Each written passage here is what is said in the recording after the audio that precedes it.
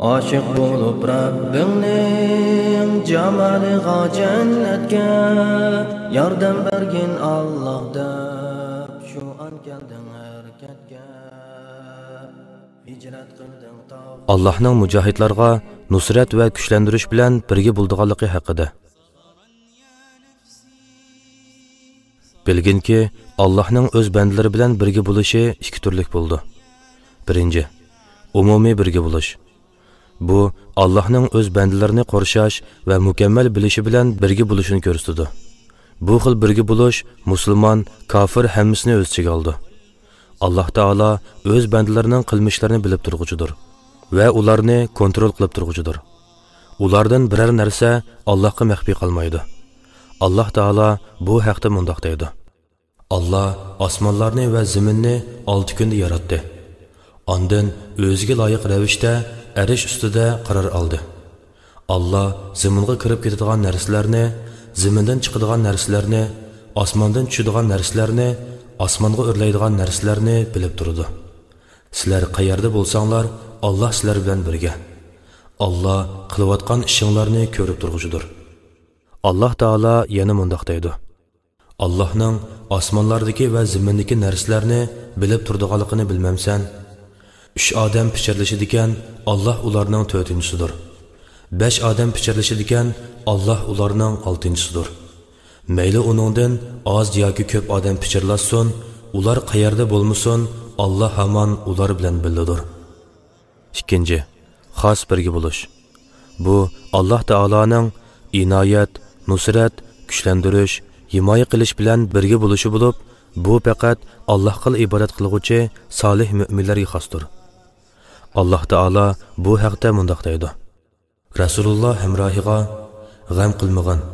Allah haqiqatan biz bilan birga deydi. Allah Taala yana mundaq deydi. Kafirlar bilan jang qilgan chig'inglarda bo'shab qolmanglar. Kafirlarni sulhiga chaqirmanglar.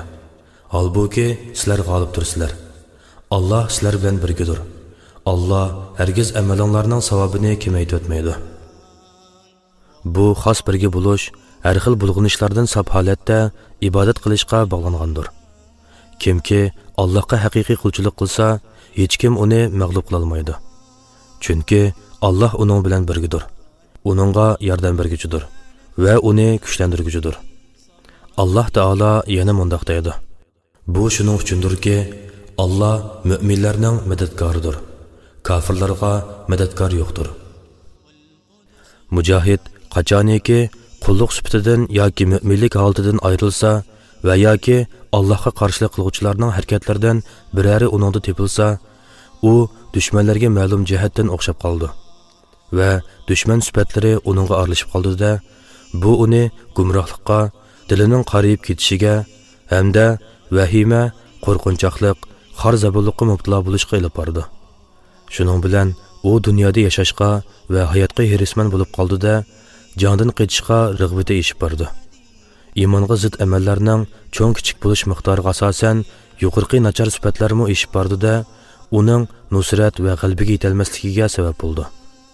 Hunayn qissasini o'ylab ko'rmamsizlar. Musulmonlardan biri bugun bizning sonimiz ko'p, mag'lub bo'lmaymiz dedi. Musulmonlarning soni 12 ming edi. Ular o'zining ko'pligi bilan mag'rurlanganligi va yordamning faqat Allah Taala tarafidan keldiganligi uchun Allah ularni mag'lubiyatga yuzlandirdi. Chunki bu ikki sifat kafirlarning sifatlaridan edi. Bu ikki sifat musulmonlarda tepilib qolganligi uchun bu ularning qalbida qo'rqinish paydo qilib, jondan qochish yuz berdi. Bu haqda Allah Taala mundaq deydi. Allah sizlarga nurg'un jang maydonlarida va Hunayn kunda, ya'ni jangida haqiqatan yordam berdi. Ayni vaqtda sonlarning ko'pligidan xo'shallanib ketdinglar. Ya'ni bugun bizning sonimiz ko'p, mag'lub bo'lmaymiz dedinglar. Bu chog'da sizlarning soninglar 12 ming, dushmanlarning soni 4 ming edi. Sonlarning ko'pligi sizlarga qilcha asqatmadi. Qattiq qo'rqininglardan keng zamin sizlarga tortiyildi. Ondan mag'lub bo'lib, Rasulullohni ozg'ini mu'minlar bilan tashlab, orqanglarga qarab qochdinglar. Uhud kuni sodir bo'lgan voqea haqida Allah Taala mundaq deydi. ikki qo'shin, ya'ni musulmonlar bilan mushriklar bir-biri bilan uchrashgan kunda ichinglardagi jondan haqiqatan yuz o'rgan kishilarni ba'zi qilmishlari, ya'ni payg'ambarning amriga muxolifatchilik qilganligi tufaylidan shayton tiyildirish urindi. Sayyidimiz Muhammad sallallohu alayhi va sallamning o'rni sharaflik bo'lganligi uchun jondan qochishdan pok edi. Alloh taolo uni va uning bilan birga bo'lgan bir turkum sahobalarni qochishdan saqlab qoldi va qalblariga xotirjamlik tushirib berdi. Shuning bilan dushmanlar ularga qarshi yo'l topolmadi. Allah ularga nusrat ato qildi va dushmanlarni mag'lub qilib berdi. Bu so'zimizni Alloh taoloning muni oyati kuchlantirdi.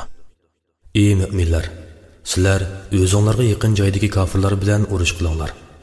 Ya'ni sizlarga xatar bo'lmaslik uchun oldi bilan atrofinglardagi kuffarlarni ujuqtiringlar. Sizlarni ular qattiq his qilsin. Ya'ni urush ustida ularga qattiq qo'l bo'linglar.